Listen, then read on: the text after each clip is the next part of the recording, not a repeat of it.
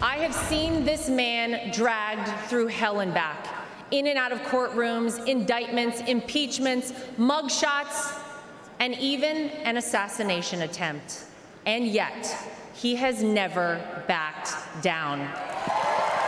That was a moment late last night in prime time. The RNC co-chair, Lara Trump, she got a big job right now trying to get her father-in-law reelected.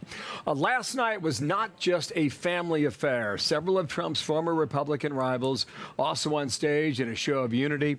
The House Speaker is Mike Johnson out of Louisiana, and he is our guest here in Milwaukee. Good morning to you, sir. How you doing? Great to have you. Good morning. Great to be with y'all. Just 2 nights, 2 shows, 2 performances, however you want to characterize it. How would you rate it so far? I would use that word that you had there in the graphic, unity. It's a great feeling among the people. We've got friends from all around the country, 50,000 people here participating, and there's a real energy in the place. It was such an experience to sit in the box with President Trump on Monday night when he made his debut, the first time he had really been out in public since the assassination attempt. It was like walking in, you know, those videos when he walks into a USC fight. Yeah. UFC, you know, is that kind of energy? I felt that too. It hasn't stopped, as you know, and it's a really exciting time to be a Republican.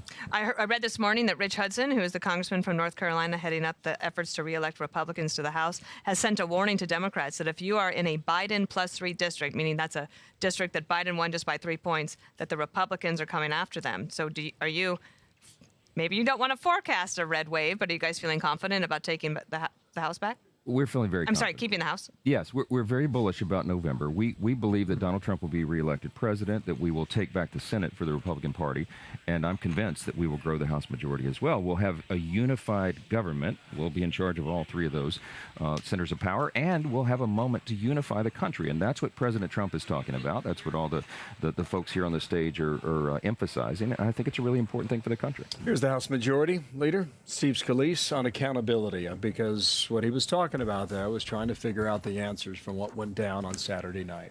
As we shift our focus to that dark moment, here's what Scalise said on stage. One of the things we've seen from the Biden administration in so many areas of failure is that there is no accountability. And at some point, if somebody doesn't do their job properly, you need to bring in somebody else. This is too important of a job. Your one task is to protect the presidents of the United States and former presidents of the United States. Now, what's next? We're going to move quickly. I'll be setting up on Monday a task force, a special task force within the House, and the reason we're going to do it that way is because that is a more precision strike. It goes quicker. There's not a lot of the procedural hurdles, and we'll have subpoena authority for that task force as well. It'll be compiled to Republicans and Democrats to get down to the bottom of this quickly so the American people can get the answers that they deserve. Since the assassination attempt, within hours, I was on the phone with Secretary Mayorkas at Homeland Security. He did not have satisfactory answers at that time. I've since spoken to leaders at the FBI, the Director of National Intelligence. They also there's real questions. Let's just put it that way. The answers have not been forthcoming. I think they're gathering data. We're going to do it as well.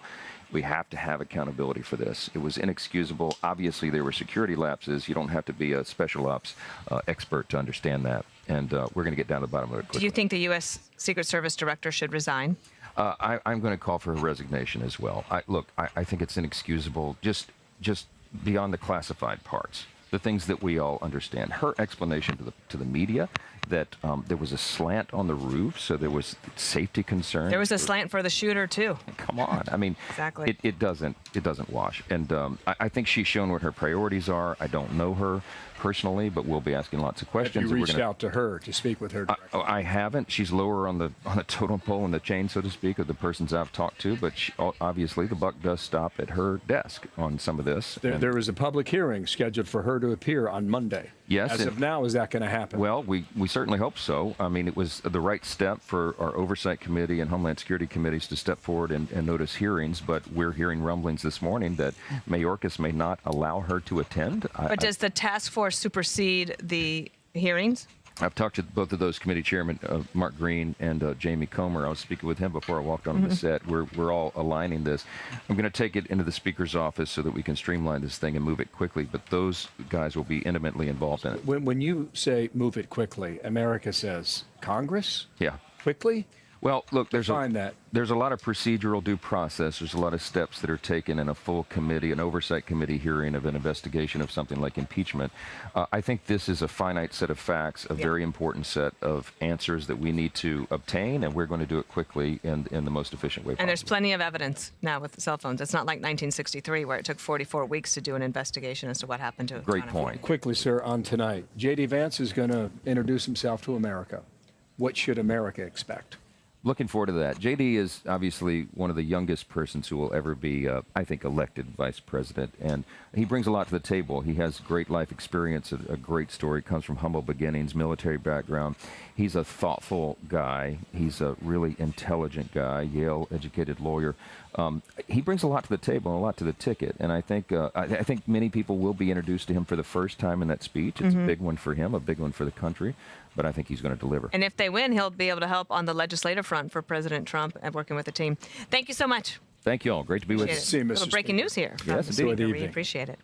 I'm Steve Ducey. I'm Brian Kilmeade. And I'm Ainsley Earhart. And click here to subscribe to the Fox News YouTube page to catch our hottest interviews and most compelling analysis.